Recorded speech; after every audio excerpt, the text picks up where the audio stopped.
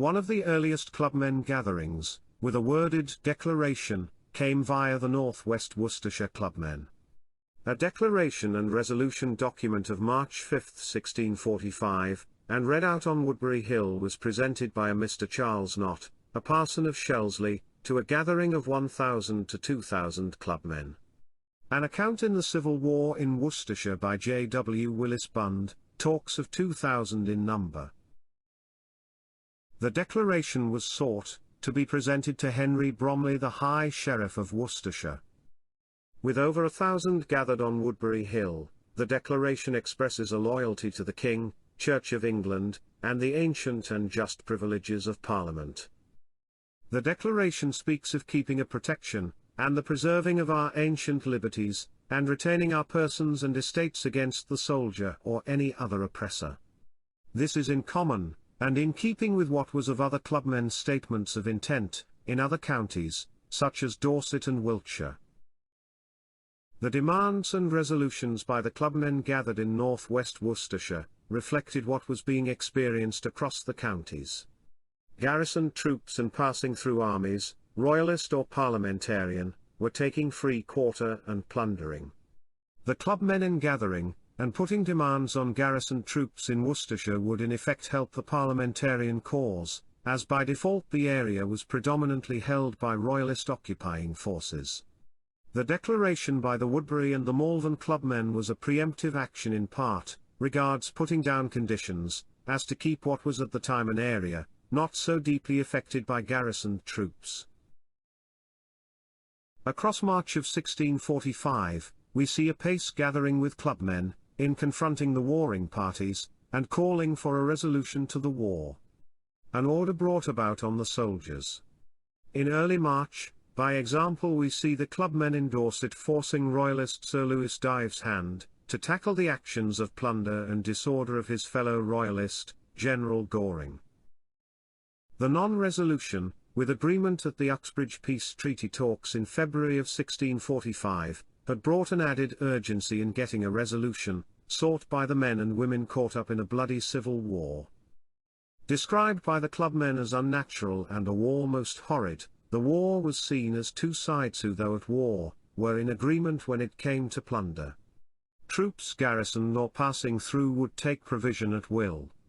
For or against, you were either aiding a side in provision, or having yourself robbed of provision to stop aiding the imposing side with that provision. This translated in the writing of the Woodbury Declaration, and declarations that followed the Woodbury Declaration of early March, with other clubmen.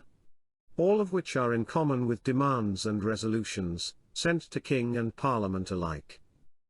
The Woodbury Declaration.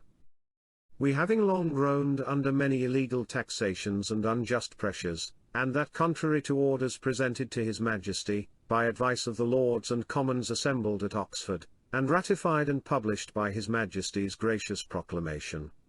And nevertheless finding no redress of our grievances, but that we, our wives and children, have been exposed to utter ruin by the outrages and violence of the soldier, threatening to fire our houses, endeavouring to ravish our wives and daughters, and menacing our persons. We are now enforced to associate ourselves in a mutual league for each other's defence, and do declare to the world that our meetings have been, are, and shall be to no other intention or purpose than as followeth. To maintain the true Reformed Protestant religion contained in the doctrine of the Church of England against all popery and popish superstitions and all other heresies and schisms whatsoever. To defend the King's Majesty's person, honour, and estate against all those that shall oppose the same. To preserve and uphold the ancient and just privileges of Parliament, and known laws of this kingdom against all arbitrary government, which shall be endeavoured to be introduced and put upon us under what pretence soever. To retain the property of the subject by protecting and safeguarding our persons and estates by the mutual aid and assistance of each other against all murders, rapines, plunder, robberies, or violences which shall be offered by the soldier or any oppressor whatsoever, as is allowed by those orders lately signed by His Highness Prince Maurice as appeareth by the 5th article of the said orders. To quicken the execution of those wholesome orders above said ratified by His Majesty's proclamations, as also those other orders which at several times, since have been agreed upon and signed by His Highness Prince Rupert, Prince Maurice, and also consented unto by the Honourable the Governor and Commissioners, for the safeguarding of this county and the great inquest at several sessions of the peace held for the body of the same. Our resolution is not to submit to the execution of any commission entrusted upon any pretence whatsoever in the hands of any papist, or papists, recusant or recusants or any other joined in commission with any papist, or papist recusant, for that by the known laws of this kingdom no papist, nor papist recusants ought to be entrusted in any office of state, justice, or judicature, neither to keep any arms in their houses that may be or prove offensive to any of His Majesty's loyal subjects. Our desire is that this our declaration and resolution may be presented to the High Sheriff of this county, to whom alone as His Majesty's vicegerent we conceive we are bound to render an account of these our doings. And further our petition is that he would be pleased to endeavour that all popish recusants within this county may be pressed to take the oaths of allegiance and supremacy as by law is provided. And upon refusal they may be disarmed as by law they ought. That it is our request that the grand inquest now entrusted for the body of this county may be moved seriously to weigh and consider how they do consent to the allegancy of such commissions as shall be committed to the hands of papist, or popish recusants, lest they betray our trust and so expose both themselves and us to utter ruin. The Woodbury Declaration differs from other Clubmen declarations in it has a strong anti-Catholic stance in its demands.